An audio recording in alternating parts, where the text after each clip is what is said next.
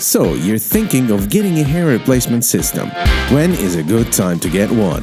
The ideal time to get a hair replacement system is when hair starts to thin in the crown area and there's a desire for the appearance of a fuller head of hair.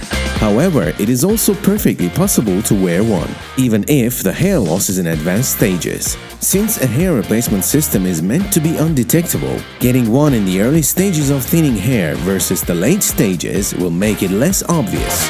Hair loss is a long and continuous process that more often than not does not stop until a large area of a person's scalp is significantly bald or thinned out. While hair loss is irreversible, the good news is that hair replacement systems are a good way to conceal the concerned areas. Regardless of the stage of hair loss, it is a great cosmetic solution for anyone who would like a fuller looking head of hair. Visit Aremyhair for more information.